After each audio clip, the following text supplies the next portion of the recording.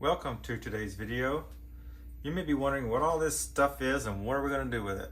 Well, we're going to attempt to take these yogurt jars, recycle them, and make snowflakes using these molds.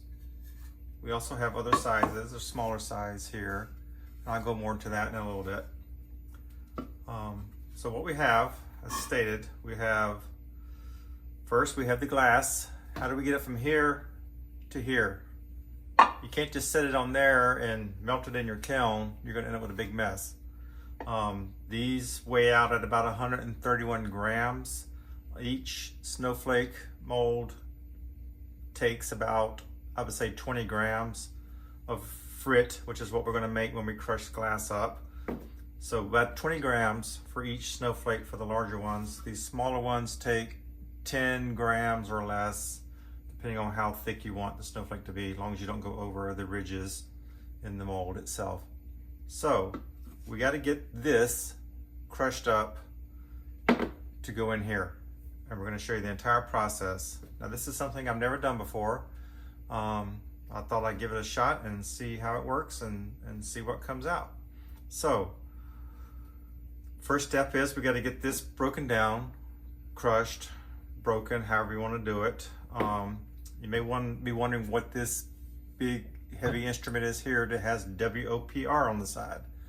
Well, it's a movie reference, and if you think you know what it comes from, feel free to comment in the comments section. It's pronounced Whopper. There it is. I always like naming things, and I'll use a lot of movie references, so that's where that came from. So basically this is just a really heavy instrument. It's about 4-pound weight. You put broken pieces of glasses in here. There you go. And then you just use the plunger and you just hammer down and break up the glass. You can break up glass a numerous number of ways. I've seen blenders used, and you can put it in a bag and hammer it over a metal surface or a concrete surface to get it broken up into smaller pieces. And then what we're going to do is use these sifters. These are a lot of times used for panning dirt and trying to find gold panning. So, and I have different sizes. These are just 3 that I pulled out. This is probably going to be primary sizes that we would use that are needed for the snowflakes. I also have a tin mesh that'll be used to capture the larger pieces, and we'll put those back in the frit maker and crush them again. So we won't get them all in the first run. It'll take a couple of cycles to get all the different sizes we want. So the 50 mesh we'll probably put in first to give a good base, and then the 30 and 20 we'll probably just mix those together and just sprinkle those on top. We'll weigh it out before we put it in there, and I'll show you that process as well. But we'll weigh out a total of about 20 grams plus or minus 5 grams to put in each one of these molds. I think this one takes, this different design here takes maybe a few additional grams, or it can take a few additional grams to, because it's just a slightly different shape, slightly bigger. So it's not an exact science. You just kind of get it till you get up to the edges of the ridges in the mold and go from there. And experimenting is fun. You just try it. One thing, if it doesn't work, you try it again. You can always break up the pieces that you made and crush them and do it again. So nothing's lost here. So we'll attempt to have some fun with this. So we're gonna set these aside, and we've got the little bucket to catch the pieces when we sift them into here. So we'll just set that aside. We don't need that just yet. And we'll set the molds aside. And we'll put our gloves on, and our glasses. Let me grab my glasses, safety glasses. And I'm gonna attempt to break this up. I have a idea of putting them in I have a canvas bag and hitting with a hammer just to get them into smaller pieces that'll fit into the opening here, which is about, let me measure the opening, is about 2 inches, I believe. Yeah, just under 2 inches. So we just need to get it down to that point. You can try these glass nippers to just kind of get it started breaking up.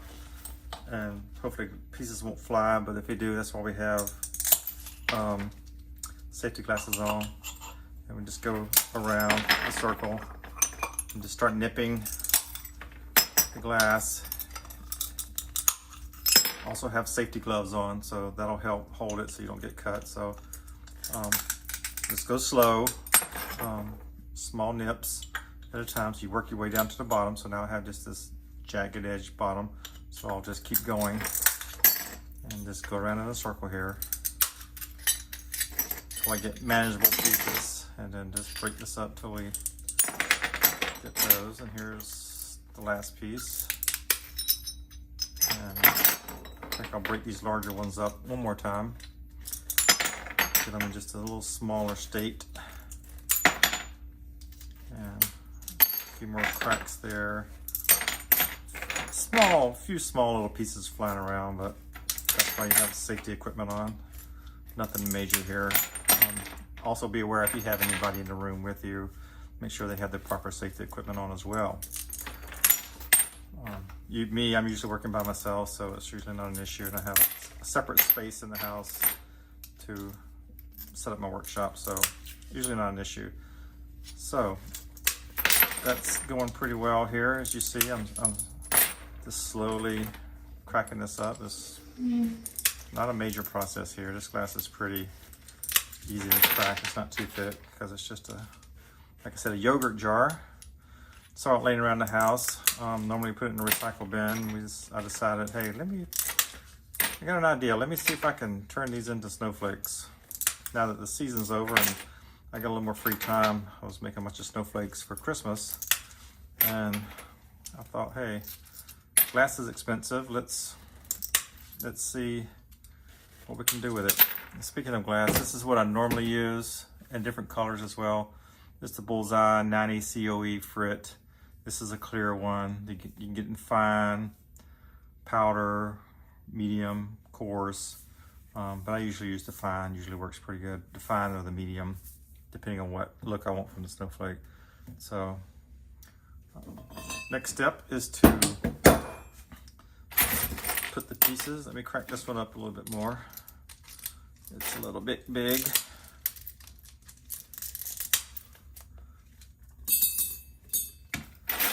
So we're gonna just drop these pieces in here. We're not gonna do all of them at the same time, I don't believe. I think just maybe half of it, half of the amount. Just kind of eyeball it. Like I say, it's about 130 grams of glass in each one of these containers. And since the snowflakes only take about 20 to 25 grams, we can get quite a few even out of half of this, at least for this demonstration. We'll eventually crush it all up. So, basically all you're gonna do is just put it in here and just go up and down. It's better to do this on the floor, especially if you have a concrete floor. For demonstration purposes, I can just hold it here, and you got starting of your frit. So I'm going to use the larger tin and just pour it in there. You'll get some small pieces and some that you'll have to redo. So I'm just going to pour this amount, just pour it right in there. And what I'll do is I'll go ahead and crush the remainder just to get it off the table. And we don't have to worry about glass pieces flying around.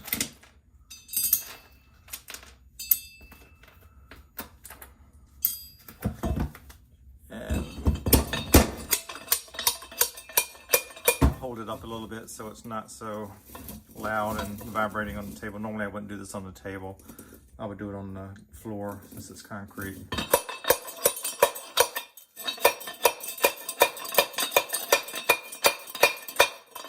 You shake it around to get a little more surface area to hit.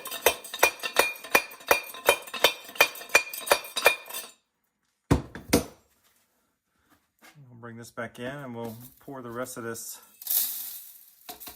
in the sifters. And we'll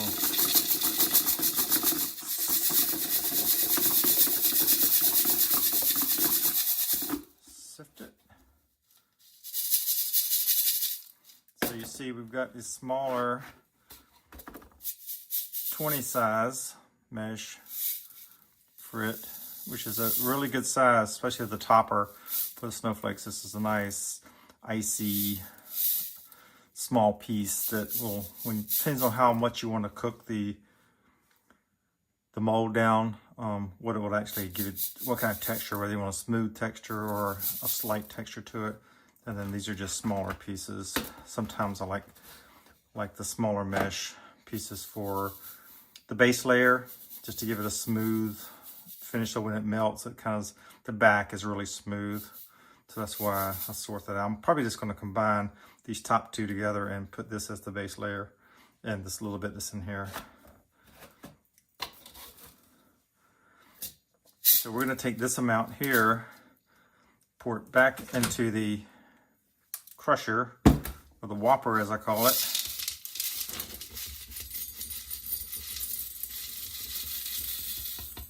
Kind of looks like diamonds a little bit, since it's clear glass.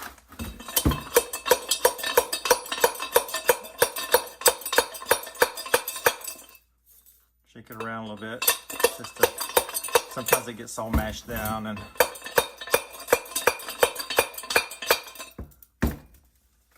take a quick look at it, looks good.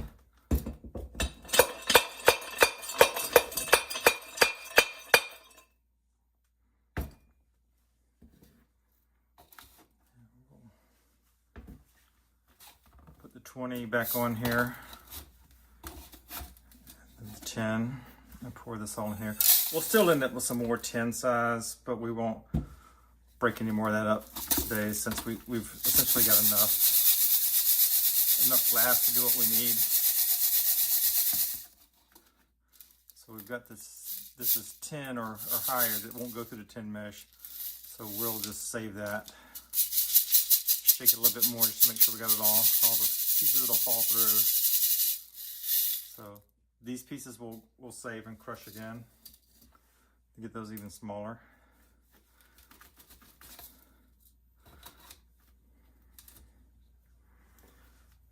I've got these little cups here, medicine cups type of thing. We'll get these and just pour the frit into there. So you got a little jar full of frit. And then the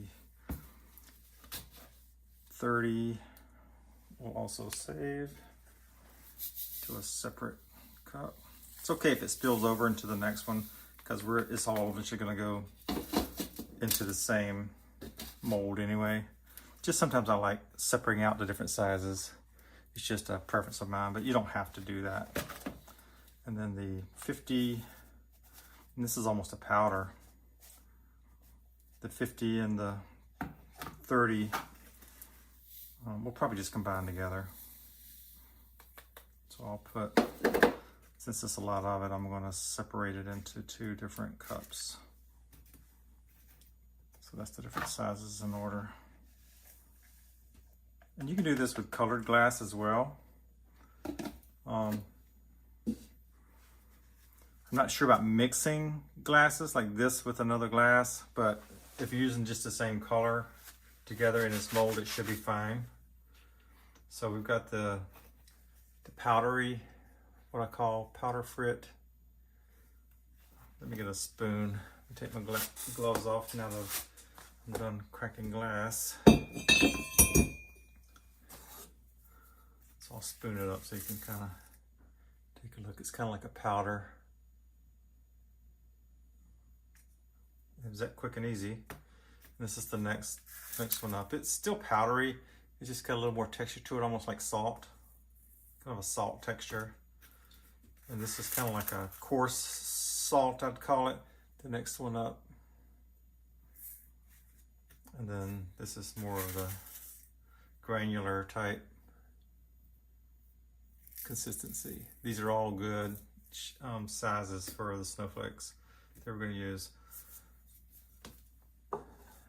Now, one thing I noticed in doing this, in this particular glass crusher, it's fairly new, and I think there may be some paint chips or something that maybe I tried to strip those off, but sometimes I get little shards. So I have this little magnet on the end of just a hex tool.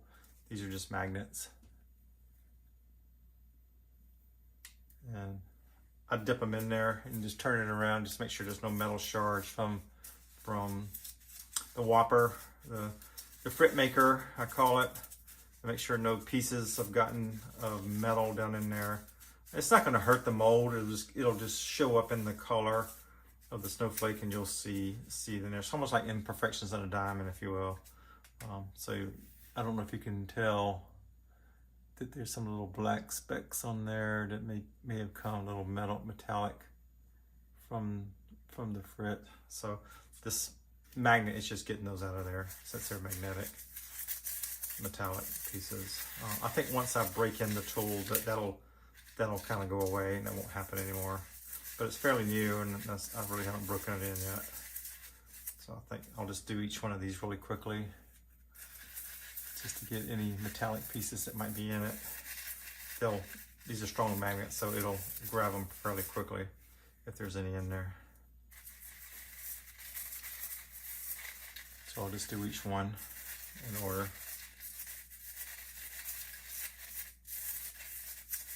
Doesn't seem to be a whole lot in there. Maybe just a little tiny amounts.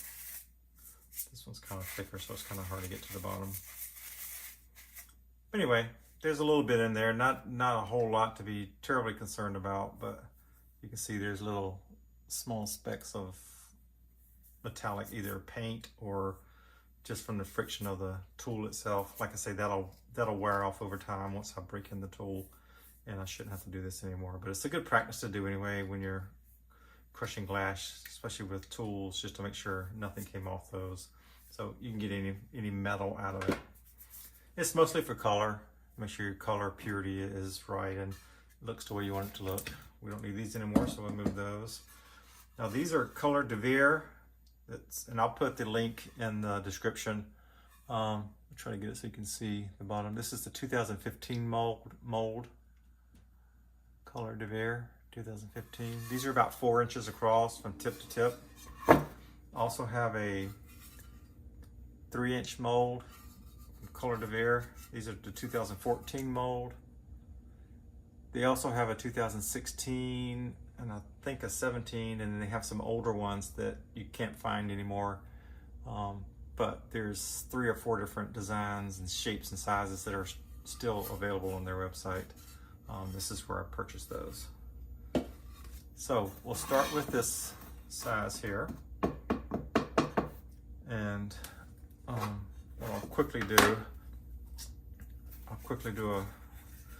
a weight measurement. I'll do about, let's say 8 to 10 grams of the powder. Let's see how much is here first. So let's say about 7 grams. That'll give us a good base to start with. So that's about 7 grams. We'll do another 7 if I have enough. If I don't, that's okay. 6.3. So we'll use some of this next size up, which is fine, to mix it together to give us to the 7. So that's 7. So I just do it this way, that way I know the right amount's going in each mold. So I'll put this cup in this mold and this cup in this mold. So all I do is just sprinkle it in. Just try to evenly distribute it throughout the mold. Kind of give it a good base layer.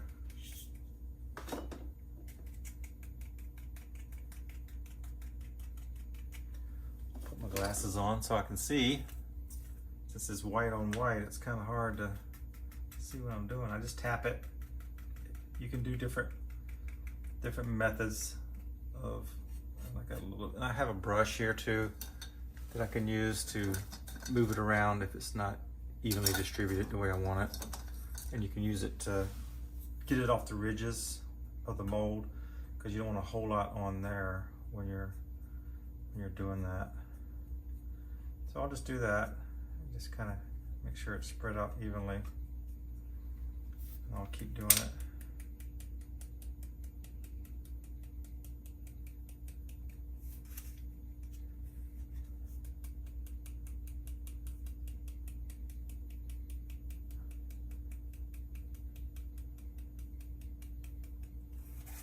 Then I'll get and I can reuse that same cup and weigh out another,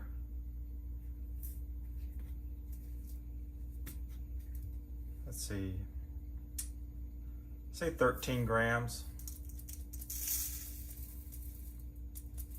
So I'll do maybe 7 of this second size and another 6 of the larger size, and it's okay to mix them. And if you go over, that says 14, that's fine. You don't have to pour it all in there. So you just go around, and it's kind of like a topper, which is this is thicker granules, and it can kind of give it a nice texture when you bake it in the kiln. And you can eyeball it too. Sometimes you may want to have a little bit less than you think you need, but as you bake them over time, you'll realize how much you actually need. And it's okay to have thinner or thicker ones, it doesn't matter. As long as you don't go over the ridges that are in the mold, you're okay. And once you, so there. So what I like to do first is I have a spray can of air, and I'll just spray really lightly. You can use a brush as well. You also need to prep the mold. I didn't go over that before we start talking about molds. You have to use zip. And this is on Color de Verre's website. They have videos that shows you how to apply this properly, and this mold has already had this applied to it. You basically spray it, let it dry for 15 minutes, and then spray it again for new molds. And then after reapplications, you can just get a standard little nylon or plastic scrub brush, scrub the old coating off, and then I usually just blow it with a blower and then spray it again and ready for the next firing. You may be able to get multiple firings out of one coating. It's up to you. They recommend that you don't do that. I have found that you can, but it can be risky. You could get some glass sticks to your mold, and then it's going to end up breaking the coating off the mold. So I'll just follow whatever the recommendations are from the manufacturer for that. So then I just go, if you can see those ridges along here where the may have overlapped a little bit with the frit, I just come along and brush it off of there. Nothing major, just come along and brush a little bit.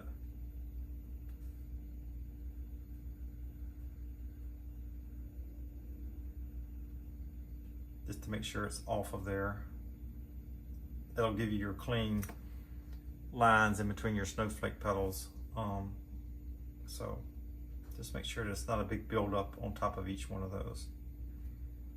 So finished product on your mold is pretty much that. Pretty easy.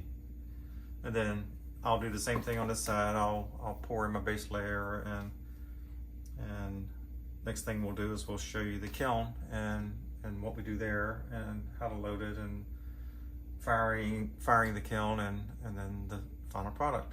So we'll be back with you in just a minute. Okay, as you can see, I've now got all the molds filled. You can see how high up to the edges. So you want to see those ridges in between each section of the snowflake.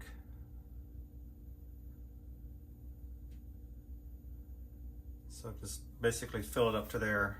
20 grams for the larger ones, 10 grams for the smaller ones. And you can add more just depending on how you want it. As long as you don't go over the separations, the ridges, in the mold, like here and here. As long as you can see the tops of them, you should be okay. So those are those 2 molds filled. So the next step is to fire them in the kiln. Verre has these firing schedules on their website. I printed them and put them in a book. And they also have the instructions for the molds themselves and the firing schedules and instructions.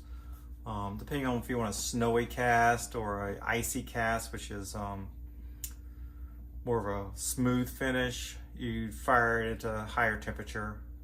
Typically I go to about 1250 or so on mine. It just depends on the kiln and the conditions. But you can find those on their website, and I'll leave the link in the description. It also has the fill weight table here for each particular snowflake mold that you may have.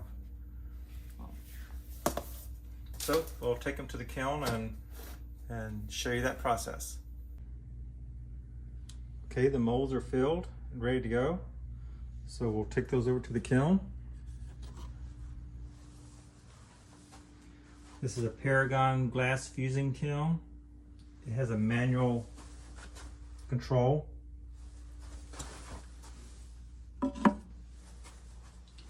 And I have a pyrometer where I monitor the temperature.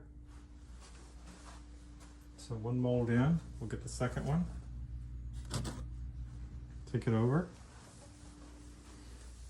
Put it in the kiln. We'll close the lid, turn it on, and let the timer go. Okay, it's the next day. Let's check out the kiln. I'm gonna open it now for the first time. I have not opened it to see how they turned out. So let's see what we got. Lock this in place. So there's your 2 molds. The smaller one and the larger one. We'll take these out, take them over to the workbench, and take a closer look.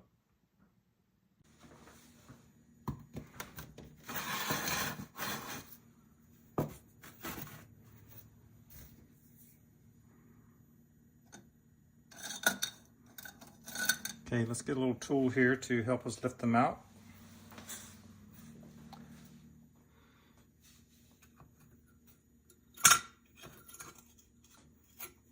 So there's the first one.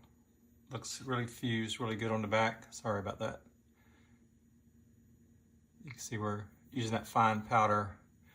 Got the back of them fused, more of a tighter fuse, so it's not like an open pattern to it. So it's makes it more secure, and structure is a little stronger. And then this is the front.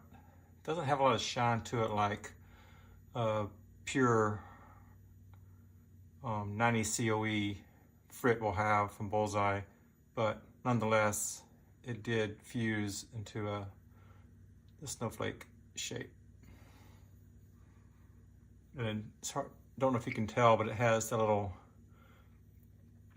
the top layer that I used, the larger crystals. You can see where they kind of kept a lot of their shape, so it feels like ice on it when you touch it. It has a little look of more of a icy feel to it. I'll lay these here.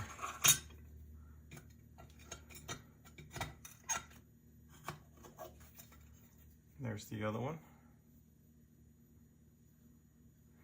And sometimes you get where I didn't clean off the mold, the ridges where I was telling you, you might have some overlap, like right here. Let's see if you can see it. Right there. You can leave that on there because that's kind of an imperfection that looks like snow or ice, or you can get a little Dremel grinder and grind that off or break that off. It's not that big a deal. And occasionally you can find some sharp edges on some of the edges you don't want any kids that are touching it if it's used on a tree or something, but this one feels pretty smooth. but I use a Dremel here with a little diamond tip bit on it, and just do a little quick grinding on it, nothing major, just to smooth it out. So that's that one. And here's the larger one.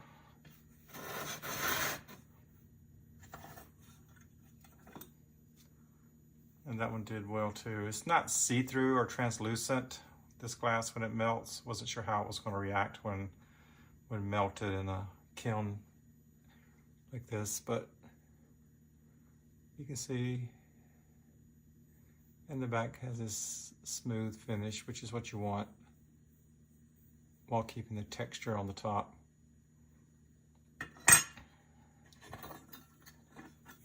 And same for this one. This one looks nice too. All from a yogurt jar, nothing major, real easy. Just chop it up. You can use your own method if you want.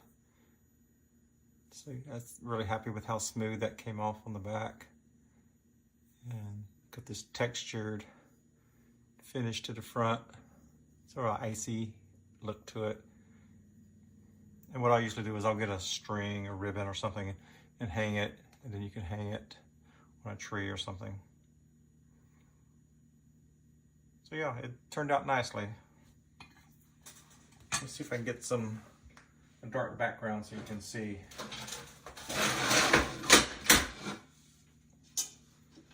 Better what they look like.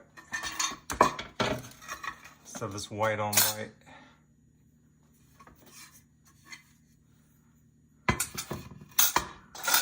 So that's the two larger ones. That's the two smaller ones. And I'll lift this up so you can see kind of a better. Oops. So yeah, I think they turned out nicely. So hopefully you can experiment on your own and try some things and recycle some glass and see what you come out with. You never know how it's going to turn out or what you're going to get, but I think for what we started with, these turned out very nicely. So thank you for watching. I hope to have more videos if you like this one. This is kind of new for me, but I don't mind doing some more techniques and showing some things that I've found out and discovered. So be sure to comment and like this video if you like it, and if you have some ideas of something you want to see, I'm open to that too. So thank you for watching.